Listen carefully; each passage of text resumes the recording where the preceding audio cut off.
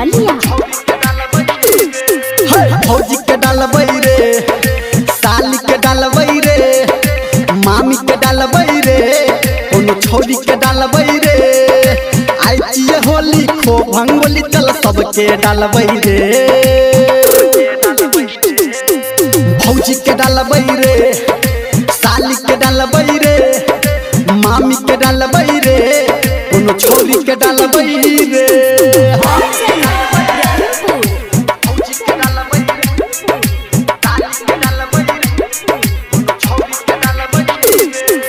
रंग मंगा के हम मूड बना के हमरा संगे चल देबो मौका हमारी हर चौका कर तू हमर कहल।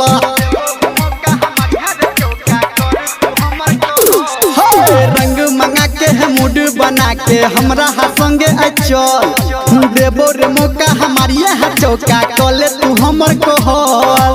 चल रे होली खेलबै रे, भौजी के डालबै रे, साली के डालबै रे, मामी के डालबै रे, कोनो छोरी के डालबै रे।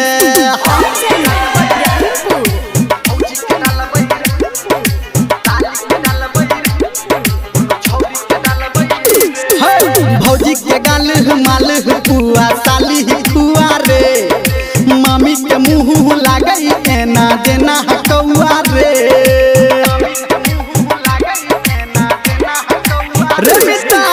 भौजी के गाल माल पुआ, साली खुआ रे, मामी के मुँह लागे एना जेना कौआ रे। चल रे होली खेलबै रे, भौजी के डालबै रे, साली के डालबै रे, मामी के डालबै रे, कोनो छोरी के डालबै रे। सब संगे होली खेलबै।